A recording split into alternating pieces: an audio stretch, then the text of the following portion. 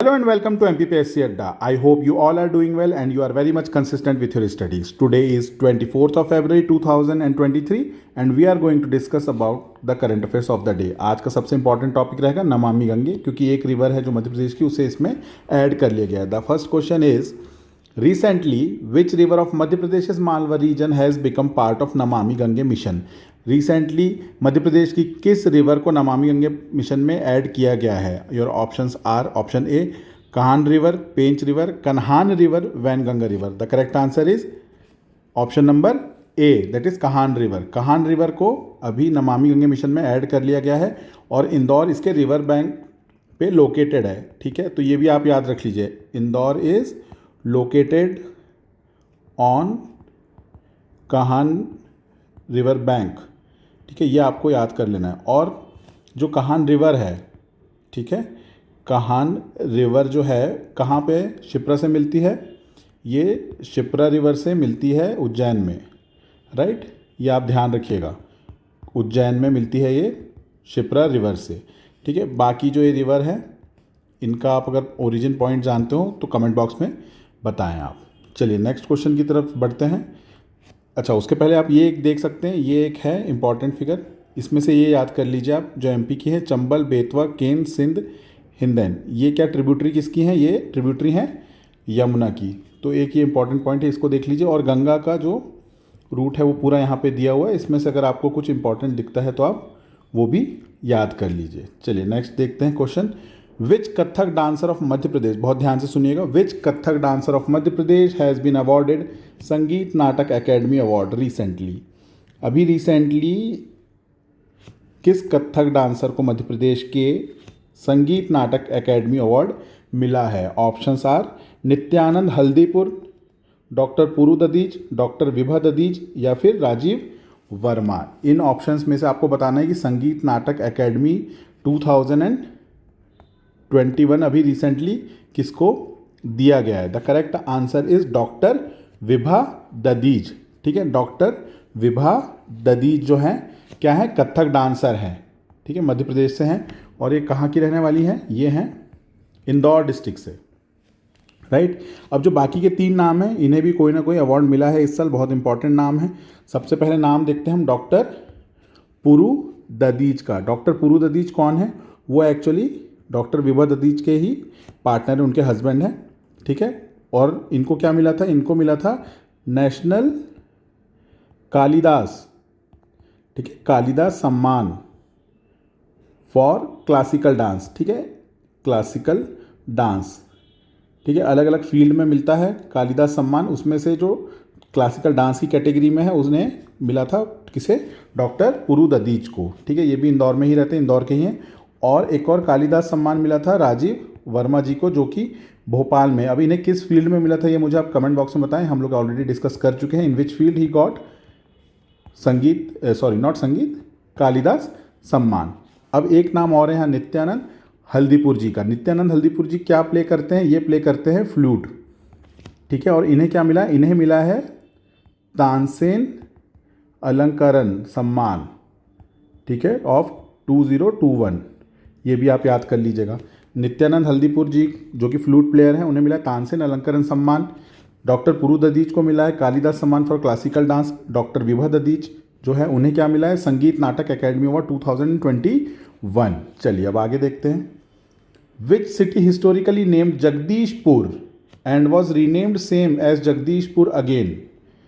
ऐसा कौन सा हिस्टोरिक सिटी है या प्लेस है जिसका पहले नाम जगदीशपुर था और अभी बाद में फिर से चेंज करके 300 साल बाद फिर से उसका नाम जगदीशपुर कर दिया गया है? Your options are Hoshangabad, Shivpuri, Islam Nagar और Babai. The correct answer is Islam Nagar. Islam Nagar का सबसे पहले नाम जगदीशपुर हुआ करता था, फिर उसका नाम चेंज करके इस्लाम नगर कर दिया गया.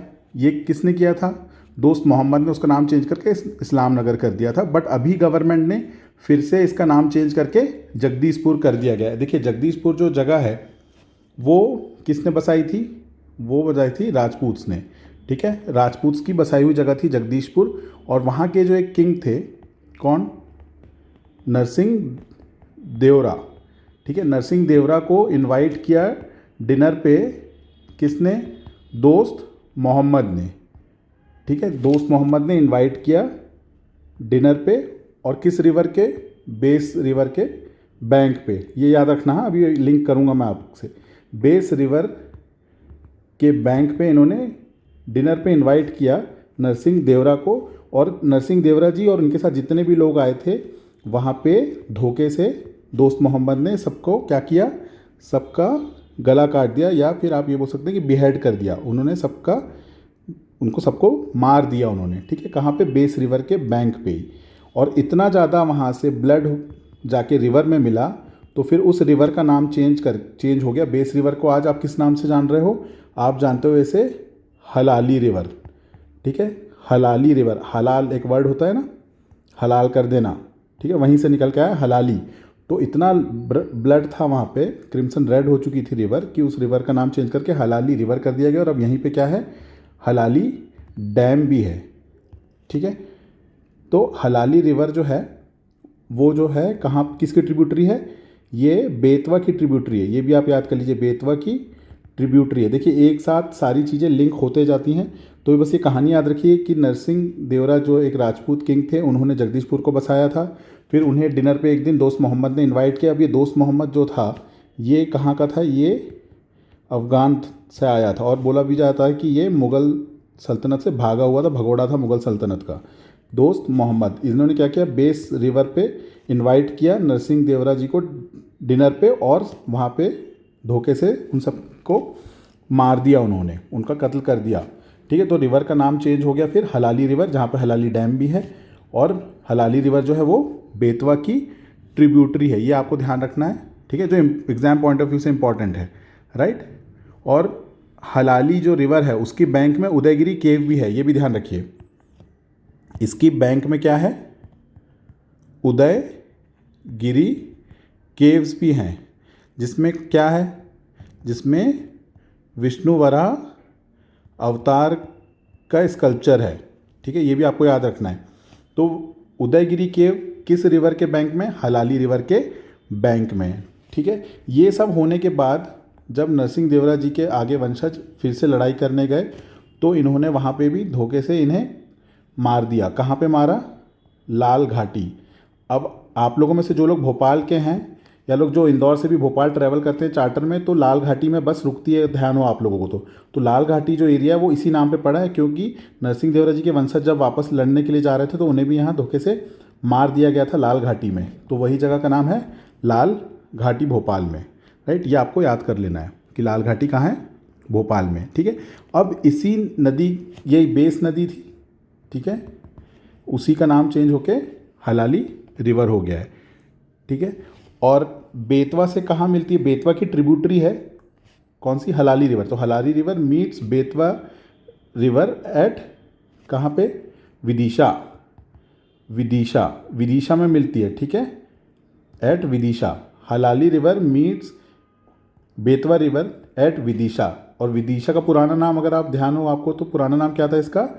बेस नगर। अब ये देखिए, यही बेस, ये रिवर का नाम भी पहले बेस रिवर था, वहीं से ये सब नाम निकल के आए हैं, ठीक है। चलिए अब आगे अगला क्वेश्चन हम देखते हैं, राइट।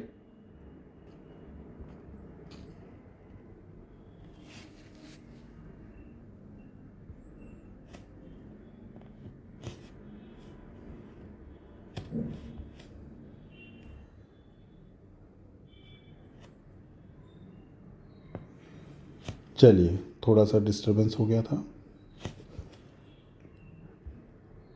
यहाँ पे देखते हैं। Chaman Mahal is located in which place? Chaman Mahal कहाँ पे लोकेटेड है? ऑप्शन आर जबलपुर, ग्वालियर, जगदीशपुर और Orchha. The correct answer is Jagdishpur. Jagdishpur में ही क्या है? चमन महल है, ठीक है। और यहाँ पे क्या है? और दूसरी चीज़ें, रानी महल भी यहीं है, और गोंड महल भी यहीं पे है। गोंड महल भी यहीं पे है। तो रानी महल, गोंड महल और चमन महल तीनों चीज़ कहाँ पे है?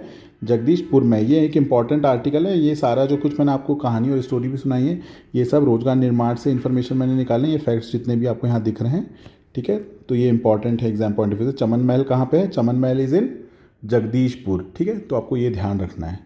चलिए नेक्स्ट देखते हैं। प्रभाष जोशी अवार्ड ठीक है, इज़ गिवन फॉर मलखम। तो एक इन्फॉर्मेशन आपको ये मिलेगी, प्रभाष जोशी अवार्ड किस लिए मिलता है, मलखम स्पोर्ट्स के लिए मिलता है। ठीक है, अब पूछा जा रहा है क्वेश्चन आपसे, Prabhash Joshi was a famous, वो क्या थे, he was a famous journalist and political analyst, sports person, musician और अ पेंटर। तो आंसर क्या होगा इसका, करेक्ट आंसर है he was a famous journalist और पॉलिटिकल एनालिस्ट। वो क्या थे, एक जर्नलिस्ट और पॉलिटिकल एनालिस्ट थे। बहुत से बच्चे कन्फ्यूजन में आके स्पोर्ट्स पर्सन ना लगाएं। ठीक है, correct answer is journalist and political analyst. ठीक, अब अभी फॉर 2021 ये जो अवार्ड है प्रभाष जोशी अवार्ड, ये किसको मिला है, ये मिला है मुजाहिद बैग जी को। ठीक है, मुजाहिद बैग जी को ये अवार्ड मिला है, तो ये भी आपको ध्यान रखना है। चलिए नेक्स्ट क्वेश्चन देखते हैं। Old age pension amount will be increase by MP government from ₹600 to old age, या जिसको हम बोलते हैं वृद्ध अवस्था पेंशन। ठीक है, उसकी अमाउंट जो अभी 600 रुपये है मध्य प्रदेश गवर्नमेंट देती है, उसको बढ़ा के कितना करने का बात कर दिया गया है, 800, 1000, 1200 और 1400। The correct answer is 1000 rupees. अब जो वृद्ध पेंशन या ओल्ड एज पेंशन है वो 600 से बढ़ाकर 1000 कर दी गई है, तो ये भी आपको याद कर लेना है। और आप जितने बच्चे भी टेस्ट में अपीयर हो रहे हैं, please be very consistent with the MCQs। आपने चाहे पढ़ा हो बहुत ज़्यादा या ना पढ़ा हो, आप सिर्फ टेस्ट पेपर टाइम पे देते जाइए और उनके एक्सप्लेनेशंस जो हैं उनको अच्छे से याद कर लीजिए। आपको वही आपके एग्ज़ाम में आपको एक्स्ट्रा एज एक प्रोवाइड कराएंगे, क्योंकि आप जब टेस्ट में कोई गलती करते हैं तो आपको हमेशा याद रहती है। And please don't rely just on the MCQs which we provide over Telegram. देखिए, टेलीग्राम में हम जो आप लोगों को MCQs देते हैं, सिर्फ सोलली उस पर रिलाय ना करें। ठीक है, आप अपने खुद के भी नोट्स बनाएं, अपने खुद के भी कोई एक पर्टिकुलर कोई स्टैंडर्ड बुक्स ले लें, या फिर टेस्ट सीरीज़ अगर आपने लिए तो उनको अच्छे से सॉल्व करें। राइट, सिर्फ टेलीग्राम में फ्री में जो चीज़ें आपको मिल रही हैं वो क्या होता है, वो देखिए वो जो चीज़ें होती हैं वो आपको 10 क्वेश्चंस हम डेली दे रहे हैं, राइट, या फिर कोई और भी अगर प्रोवाइड करा रहा है, तो उसका सबसे बड़ा ड्रॉबैक ये है कि आपको ये नहीं पता है कि क्या पढ़ने के बाद आपने वो टेस्ट दिया है और आप उसको दोबारा कभी रिवाइज करते हैं या नहीं करते। बट टेस्ट सीरीज़ के क्वेश्चंस आपके एक्सप्लेनेशंस के साथ होते हैं और आपको पता होता है कि इस पर्टिकुलर टेस्ट में सिलेबस क्या था और हमने कहाँ मिस किया, तो आपको पता चल जाएगा कि आप किस सब्जेक्ट में ज़्यादा वीक हो रहे हैं या आपको कहाँ इंप्रूवमेंट का स्कोप है। और वो टेलीग्राम के फ्री के जो क्वेश्चंस होते हैं उससे आपका कुछ भला नहीं होने वाला है। ठीक है, तो आप बिल्कुल जो भी स्टैंडर्ड बुक फॉलो करते हैं या कोई टेस्ट सीरीज़ फॉलो करते हैं उसको रिलीजियसली फॉलो करिए। अगर आप MPPSC अड्डा की टेस्ट सीरीज़ फॉलो करते हैं तो जितने भी 70 टेस्ट में जो भी एक्सप्लेनेशंस और क्वेश्चंस हैं उनको अच्छे से आप याद कर लीजिए, मेमोराइज कर लीजिए। उसके बाद हम आपको रोजगार निर्माण के भी क्वेश्चंस हम दे रहे हैं वहाँ टेस्ट सीरीज़ में, एक और जो नया प्रोग्राम आया है जिसके लिए आप यहाँ पर इंक्वायरी कर सकते हैं। Thank you very much, have a good day.